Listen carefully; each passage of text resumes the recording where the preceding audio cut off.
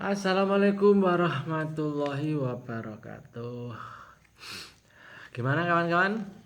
Kabarnya? Semoga sehat selalu, bahagia selalu.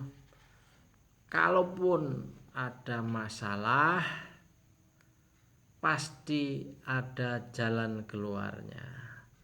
Kalau tidak ada jalan keluarnya, kita yang jalan-jalan. itu mengomentari status teman-teman itu lucu-lucu juga. Jadi kalau ada masalah harusnya pastinya ada jalan keluar. Tetapi kalau tidak ada jalan keluar, Anda yang punya masalah itu silahkan jalan-jalan. Nanti masalah pasti akan muncul lagi. Oke.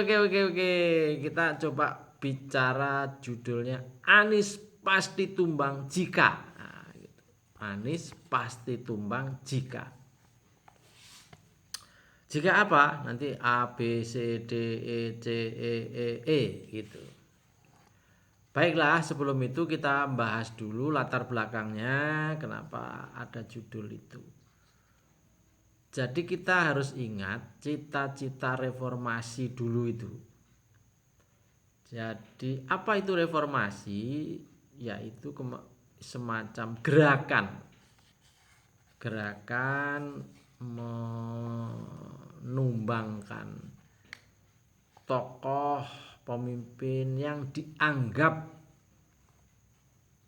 menyalahi etika, menyalahi teori kepemimpinan, yaitu menyalahi macam-macam lah, banyak salahnya lah pemimpin, sehingga rakyat merasa tidak dihargai, rakyat kehilangan ketidakadilan, rakyat kehilangan simpati kepada pemimpinnya.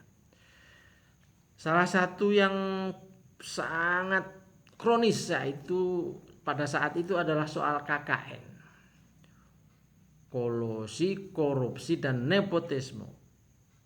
Ini penguasa hampir semuanya terlibat persoalan KKN itu, sehingga rakyat menjadi korbannya.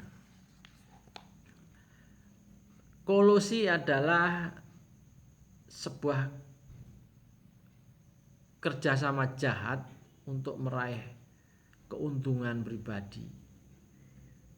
Kolusi memanfaatkan jaringan keluarga atau jaringan pertemanan atau jaringan yang lain yang intinya tidak fair dalam berbisnis, dalam meraih proyek, dalam macam-macam. Korupsi memberikan suap atau menerima suap untuk kepentingan pribadi atau golongan yang tentu ini juga melanggar konstitusi. Nepotisme ya mirip-mirip dengan kolusi tadi itu, tapi lebih kepada kekeluargaan. Jadi pemimpin mempunyai anak, mempunyai ponakan, mempunyai teman yang diangkat atau ditunjuk menjadi sesuatu, dan itu mencederai demokrasi. Sebutlah kalau dalam pemerintahan Pak Jokowi ini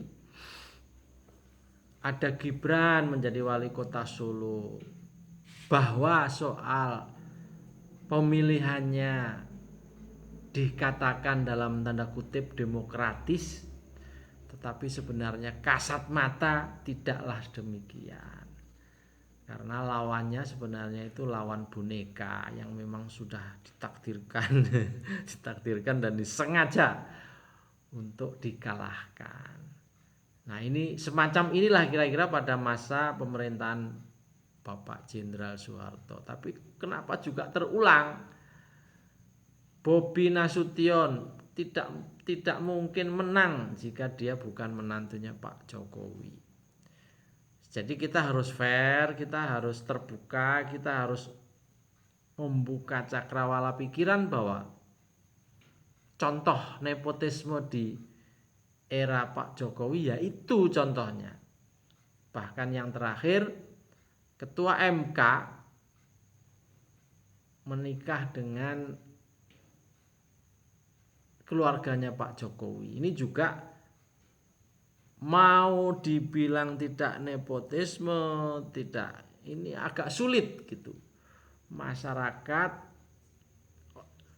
rakyat yang otaknya masih waras agak sulit menerima hal-hal semacam ini. Jadi cita-cita reformasi untuk menghilangkan KKN, budaya KKN itu ternyata sulit. Bahkan ini di era penguasa hari ini nampaknya terulang, pelan-pelan akan terulang itu. Nggak tahu nih gimana ceritanya jadi begini. Tapi juga rakyat kalau mau protes ya sulit, karena kebebasan sipil di era pemerintahan sekarang juga sudah mulai mengkhawatirkan. Berikutnya, pemimpin, jadi cita-cita reformasi yang hilang salah satunya pemimpin sudah tidak mendengar suara rakyat lagi. Contoh paling gamblang adalah soal program IKN dan kereta cepat. Ini apa untungnya untuk rakyat ini? Jadi rakyat makin gelisah, kesejahteraannya juga sangat mengkhawatirkan. Nah di sini loh, cita-cita reformasi saya kira dikhianati dengan adanya program macam begini. Jadi infrastruktur sekalipun juga saya kira mesti dievaluasi lah. Apalagi kalau dananya utang. Siapa yang membayar nanti? Kan rakyat juga lah. Jadi ini pesan untuk presiden, pesan untuk para pengambil kebijakan. Agak arif sedikit lah. Agak menggunakan otak yang waras dikit gitu loh. Dikit aja, nggak usah banyak-banyak, dikit aja. Cita-cita reformasi yang lain yaitu pemimpin yang adil, pemimpin yang menggunakan hati nurani untuk menjalankan kepemimpinannya itu. Nah kalau soal adil ini kita juga patut bertanya-tanya nih. Ya 1-2 hari ini ada berita orang meninggal kira-kira di Jakarta Barat dan jaraknya itu katanya tidak lebih dari 5 km dari Istana Negara. Maksudnya berita ini tentu bagaimana bisa masih ada rakyat miskin begini ini, miskin dan meninggal akhirnya. Jadi meninggalnya karena kelaparan katanya. Ini kan luar biasa ini. Pasti kalau kita menyalahkan presiden ya nggak gitu-gitu amat ya. Tetapi sistem yang dibangun, kealpaan-kealpaan yang seperti ini saya kira nggak bisa diteruskan gitu. Wahai pemimpin pengambil kebijakan, saya kira cobalah agak waras dikit lah, waras, agak waras dikit aja, nggak usah banyak-banyak. Dan cita-cita reformasi yang lain adalah kebebasan sipil. Jadi rakyat, mahasiswa berpendapat, buruh berpendapat, tokoh LSM berpendapat. Sekarang ini sangat terasa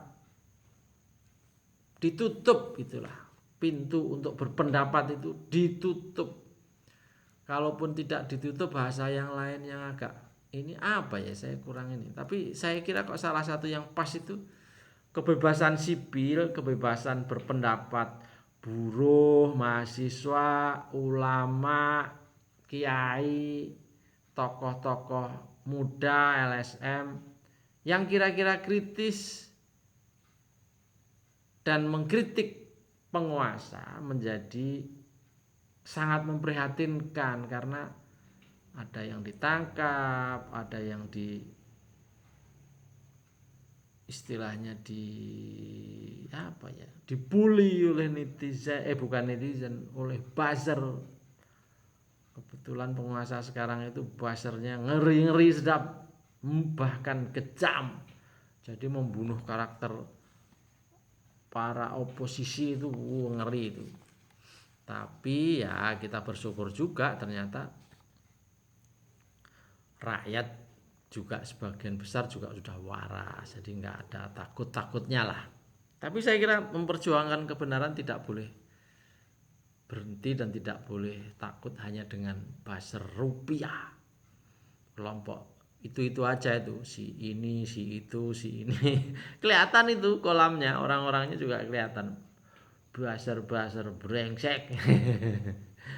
Buzzer, aduh, otaknya duit aja. Berikutnya, cita-cita reformasi harusnya koruptor itu diberangus, dipinggirkan, dimiskinkan, ditangkapin dan tapi sekarang lucu, koruptor itu dipelihara. Jadi di sini ketidakadilannya itu benar-benar deh. Masya Allah, subhanallah. Jadi contoh ketidakadilan misalnya KPK misalnya. Bagaimana seorang gubernur di Papua sana yang sudah jelas-jelas hasil investigasi penyidikan dan penyelidikan bahkan ditetapkan sebagai tersangka untuk diperiksa ternyata bulet, nggak bisa. Dan bahkan ketua KPK Firly Dauri juga malah sowan untuk mengecek kesehatannya. Gimana ceritanya bisa begini? Kenapa kalau yang lain langsung diborgol langsung? Ya inilah salah satu contoh. Kalau caranya begini, koruptor dipelihara, beratlah. Berat. Cita-cita reformasi hancur lebur di era sekarang ini. Baik, kemudian kita benar-benar itu tadi latar belakangnya kenapa saya kemudian membuat sebuah judul Anies tumbang jika.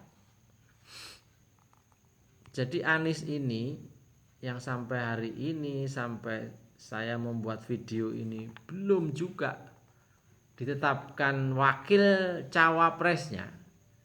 Ini saya kira permainan dari penguasa dan juga oligarki yang memang barangkali sengaja menghambat pencapresan Anies sendiri ini. Jika kondisi ini terus diteruskan, ya Anies pasti tumbang, tidak mungkin bisa maju. Jadi belum pilpres saja Anies sulit mencari wakil cawapresnya, ya bagaimana mau ikut bertarung nanti. Bahkan kan Anies juga dicari terus tuh kasus hukumnya. Ya begitulah kondisinya. Jadi Anies pasti tumbang jika oligarki gelontorkan uang besar-besaran. Nah, saya yakin itu, apalagi kalau amplop nanti beredar kemana-mana, masa kampanye misalnya, terus berbagai cara dilakukan dengan membayar orang-orang miskin, ya itu berat lah. Apalagi ini memang kan kondisi ekonomi masyarakat juga sulit. Kalau dibagi-bagi uang ya pasti mau-mau aja lah dibagi-bagi amplop. Artinya oligarki menggelontorkan uang untuk membantu penguasa atau membantu orang-orang non Anies untuk naik. Selesai sudah Anies Baswedan, pasti tumbang Anies kalau caranya begitu. Yang kedua, Anies pasti tumbang jika ulama dekat dengan penguasa dolim. Siapa penguasa dolim? Ya penguasa yang tidak peduli kepada ulama, tetapi ulamanya yang peduli kepada penguasa. Jadi kalau ulama dekat penguasa itu artinya ulama mencari-cari proyek. Ulamanya ulama su. Kalau istilah ustadz yang lain ulama asu. Sebenarnya istilahnya ulama su, tapi ada yang bilang ulama asu, ya enggak lah, enggak gitu juga lah. Tapi ya untuk menggambarkan ulama yang mata duitan, ulama yang mau dibayar, ulama yang menggadaikan ilmunya, menjual agamanya untuk kepentingan bukan kepentingan agama. Nah, itu yang disebut ulama brengsek, ulama jelek gitu. Ulama enggak bagus lah. Berikutnya, mahasiswa tak kritis lagi. Karena barangkali mahasiswa dipecah belah. Sama judulnya, uang yang bermain. Tokoh-tokoh mahasiswa yang kira-kira potensial diambil, kemudian ditawari proyek, tawari uang, udah selesai. Kalau caranya begini, mahasiswa sudah tidak kritis lagi. Anies pasti tumbang. Saya berani menjamin itu. Jadi mahasiswa yang kritis, milenial yang kritis, itu pasti mendukung Anies, memilih Anies. Karena hanya orang-orang waras saja gitu istilah saya. Yang tahu bakal calon capres yang kira-kira layak untuk Indonesia 2024. 2029, syukur-syukur bisa 2 periode misalnya gitu. Berikutnya, Anies pasti tumbang, pasti jika media tak netral. Media hanya mengabdi demi rupiah atau demi perusahaan, demi pundi-pundi. Ya, kita mulai tahu lah media-media kita seperti apa. Ada yang ini, yang itu. Wah, saya lihat sekarang ini. Media-media sebenarnya juga udah ketar-ketir melawan media sosial ya. Karena media sosial itu sekarang lebih jujur. Sementara media-media mainstream ngeri. Mereka sudah bermain aman. Ya, kadang-kadang kritis dikit-dikit, hal-hal yang kecil-kecil. Tapi kalau untuk sangat ini ya, contohnya dalam kasus Anies ini, saya melihat ada beberapa media yang sama sekali nggak netral dan permainannya sangat jorok.